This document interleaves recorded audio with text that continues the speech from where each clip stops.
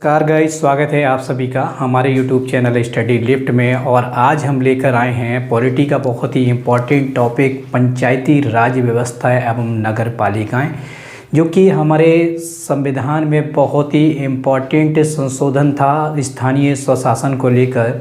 क्योंकि अब तक उससे पहले तक जो भी राज्य व्यवस्था थी वो द्विस्तरीय राज्य व्यवस्था थी। एक केंद्र में हमारी सरकार होती थी, दूसरी सरकार राज्य में सरकार होती थी। लेकिन जब पंचायती राज व्यवस्था को शामिल किया गया तो हमारी जो राज्य व्यवस्था हो गई वो त्रिस्तरीय हो गई।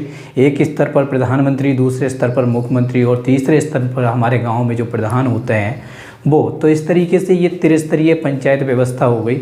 अब हम देखते हैं गाइस, तो आज हम उसी टॉपिक पर बात करने वाले हैं पंचायती राज पर कि पंचायती राज व्यवस्था को संविधान में कैसे शामिल किया गया, संवैधानिक दर्जा कैसे प्रदान किया गया। ये देखने के लिए आप इस पूरे वीडियो को देखते रहिए और हमारे चैनल को सब्सक्राइब जरूर कर लें। तो चलिए शुरू करते हैं आज का वीडियो। तो गाइस, पंचायती राज व्यवस्था जो है वो बहुत ही इम्पॉर्टेंट टॉपिक है। देखिए, पंचायती राज व्यवस्था को हमारे संविधान में 73वें संविधान संशोधन अधिनियम 1992 के द्वारा जोड़ा गया।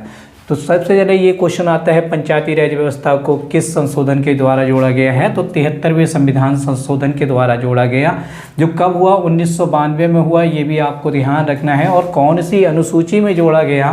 तो ये जोड़ा गया 11वीं अनुसूची में। ये आपको ध्यान रखना है। अनुसूची की वीडियो मैं पहले ही डाल चुका हूँ, आप वहाँ से देख लीजिएगा, ठीक है। सब्सक्रिप्शन में आपको वीडियो मिल जाएगी। तो हम देखते हैं यहाँ पर 11वीं अनुसूची में जोड़ा गया। और कौन से अनुच्छेद में? अनुच्छेद 243 जी के अंतर्गत जोड़ा गया। ये आपको ध्यान रखना है। तो पंचायती राज व्यवस्था 73वें संविधान संशोधन द्वारा 1992 में 11वीं अनुसूची में अनुच्छेद 243 जी के अंतर्गत जोड़ा गया। और इसी 200 कई बार क्वेश्चन आता है कि पंचायतों को संवैधानिक दर्जा कौन से अनुच्छेद के अंतर्गत प्रदान किया गया है? तो आपको ध्यान रखना है, अनुच्छेद 243 जी के अंतर्गत पंचायतों को संवैधानिक दर्जा प्रदान किया गया है। ये आपको ध्यान रखना है। उसके बाद कहीं देखते हैं तो 11वीं अनुसूची में कुल कितने विषय लिखे हैं? देखिए, अनुसूची में क्या होता है? अनुसूची में विषय होते हैं कि कौन कौन से विषय के अंतर्गत। तो 11वीं अनुसूची में कुल 29 विषय हैं। ये आपको ध्यान रखना है। मतलब पंचायती राज, और ये है क्या? पंचायती राज जो है वो राज्य सूची का विषय है। मैंने समवर्ती सूची, केंद्र सूची और राज्य सूची आपको पढ़ाया है। तो यहाँ पर आपको ध्यान रखना है, ये पंचायती राज व्यवस्था जो है वो राज्य सूची का विषय है। यानी कि राज्य अपने अकॉर्डिंग यहाँ से इस चीज़ को, मतलब इनके नियमावली को बना सकते हैं। तो यहाँ पर 29 विषय शामिल किए गए हैं। ये आपको ध्यान रखना है। कई बार ये क्वेश्चन आ चुका है कि 11वीं अनुसूची में कुल कितने विषय हैं या पंचायती राज व्यवस्था में कुल कितने विषय हैं। तो आपको ध्यान रखना है कितने विषय हैं? 29 विषय हैं। उसके बाद पंचायती राज व्यवस्था किस सूची का विषय है? तो आपको ध्यान रखना है ये राज्य सूची का विषय है। उसके बाद देखिए, पंचायत राज चुनाव कराने का निर्णय लिया जाता है। किसके द्वारा लिया जाएगा? देखिए, राज्य सरकार के द्वारा लिया जाएगा। क्योंकि पंचायती राज व्यवस्था क्या है? राज्य सूची का विषय है। और राज्य सूची का विषय है तो एक अधिकार किसका होगा? राज्य का। ये आपको ध्यान रखना है। जब राज्य सूची का विषय है तो उसके लिए ये पूरी जिम्मेदारी किसकी है? राज्य सरकार की है। तो पंचायत राज चुनाव कराने का निर्णय भी कौन लेगा? राज्य सरकार लेगी। ये आपको विशेष ध्यान रखना है। उसके बाद राष्ट्रीय पंचायती राज दिवस मनाया जाता है 24 अप्रैल को। ये भी बहुत इंपॉर्टेंट डेट है, आप इसका ध्यान रखेंगे। कब मनाया जाता है? 24 अप्रैल को।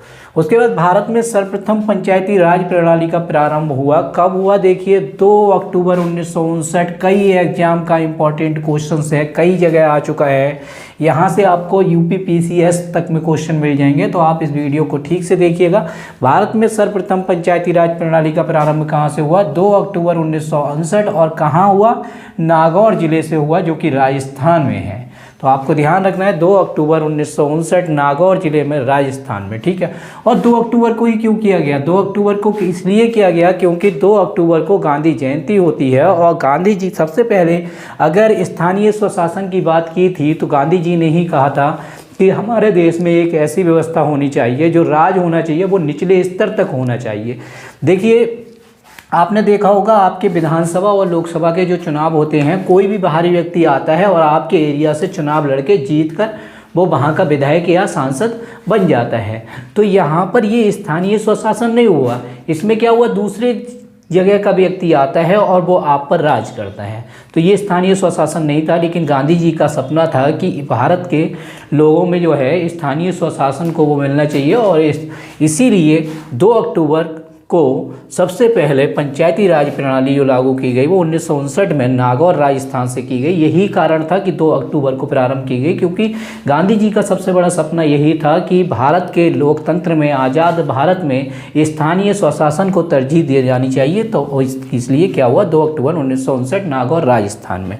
उसके बाद गाइस देखते हैं, यदि पंचायत भंग होती है, मतलब जिस तरीके से लोकसभा भंग होती है, विधानसभा भंग होती है, उसी तरीके से पंचायत भंग हो जाती है, तो कितनी अवधि में चुनाव संपन्न कराने का प्रावधान है। तो आपको ध्यान रखना है कितनी, 6 माह की, 6 माह की अवधि में चुनाव संपन्न कराने का प्रावधान है। और वैसे भी राज्यसभा या वो विधानसभा या लोकसभा का भी यही सिस्टम है।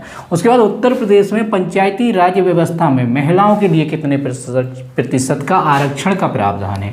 तो आपको ध्यान रखना है, महिलाओं को 33% आरक्षण दिया जाता है पंचायती राज व्यवस्था में। उत्तर प्रदेश में ही नहीं, कई जगह पंचायती राज व्यवस्था में ही अगर देखा जाए तो 33% आरक्षण महिलाओं को दिया गया है। ये आपको बस ध्यान रखना है। उसके बाद देखते हैं, पंचायती राज व्यवस्था में अन्य पिछड़ा वर्ग को आरक्षण देने की शक्ति दी है।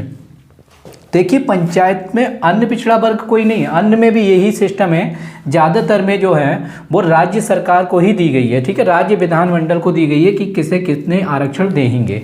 तो ये चीज़ आपको ध्यान रखना है। तो अन्य पिछड़ा वर्ग को आरक्षण देने की शक्ति किससे दी गई है, राज्य विधानमंडलों को दी गई है। राज्य विधानमंडल जितना चाहे उतना आरक्षण दे सकते हैं। उसके बाद भारत के किस राज्य में पंचायती राज से संबंधित मामलों की सुनवाई के लिए अलग से अपीलीय न्यायाधिकरण का गठन किया गया है। मतलब एक कोर्ट ही अलग बना दिया गया है कि अगर पंचायती राज व्यवस्था में कोई गड़बड़ी होती है या कोई समस्या आती है तो उसके लिए उन्होंने एक अलग कोर्ट बनाया है। वो कौन सा राज्य है, केरल राज्य है। ये आपको विशेष ध्यान रखना है। कौन सा राज्य है, केरल। मतलब अपीलीय न्यायाधिकरण का अलग से गठन किया गया है, कौन से राज्य में, केरल में। अब देखते हैं हम नेक्स्ट पॉइंट है। देखिए, यहाँ तक आपने पंचायती राज व्यवस्था के बारे में पढ़ा और ये बहुत ही इम्पोर्टेंट फैक्ट है नगर पालिका।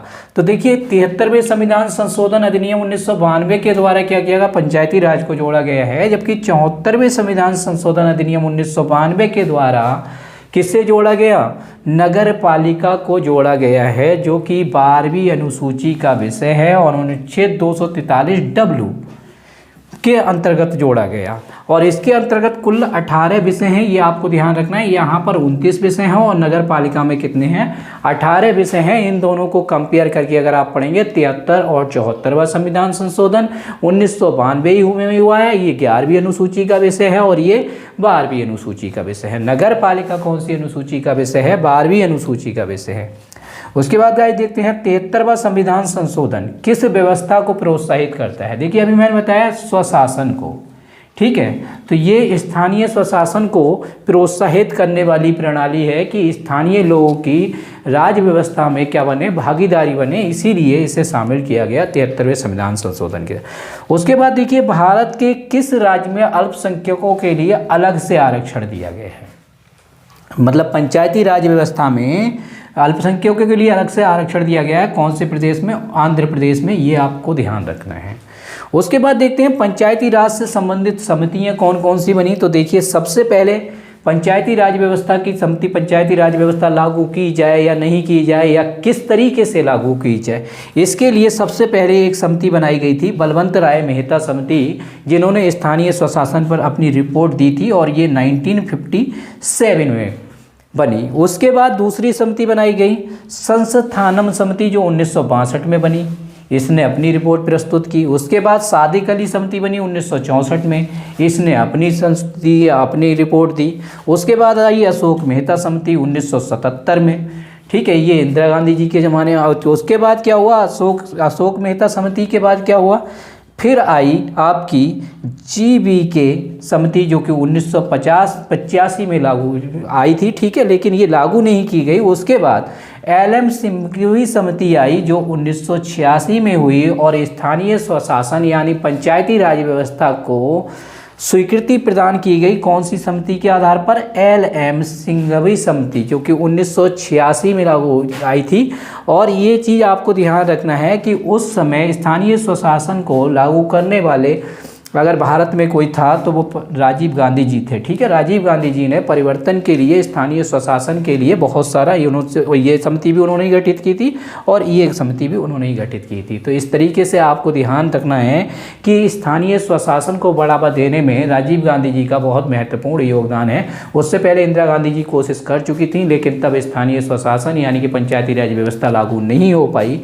लेकिन उसके बाद राजीव गांधी जी आए और उन्होंने क्या किया, इसको लागू किया।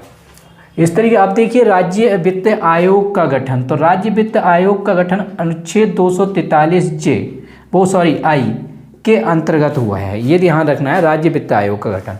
उसके बाद पंचायत समिति के सदस्यों का चुनाव होता है। कैसा होता है? प्रत्यक्ष होता है, जनता डायरेक्टली चुनती है। ब्लॉक स्तर पर पंचायत समिति का स्वरूप कैसा होता है? प्रशासनिक प्राधिकरण है, ये आपको ध्यान रखना है। कैसा है? प्रशासनिक प्राधिकरण है। तो गैज पंचायती राज व्यवस्था, स्थानीय स्वशासन के बारे में आप अच्छे से समझ गए होंगे। इस वीडियो में बहुत सारे क्वेश्चंस बनने वाले हैं और आपसे गुजारिश है कि इस वीडियो के आप नोट्स ज़रूर बना लें, क्योंकि यहाँ से आपको एक ना एक क्वेश्चंस अपने एग्जाम में, किसी भी स्तर का आप एग्जाम देने जा रहे हैं तो यहाँ से कोई ना कोई क्वेश्चंस ज़रूर मिलेगा। अगर आपके विषय में पॉलिटी आपके सिलेबस में है तो ज़रूर मिलेगा, इसलिए इस वीडियो को ठीक से देख लीजिएगा। अगर आपको वीडियो पसंद आया है तो हमारे चैनल को सब्सक्राइब कर लें, वीडियो पर लाइक, कमेंट और शेयर करना ना भूलें। फिर मिलेंगे अगले वीडियो में। धन्यवाद। जय हिंद।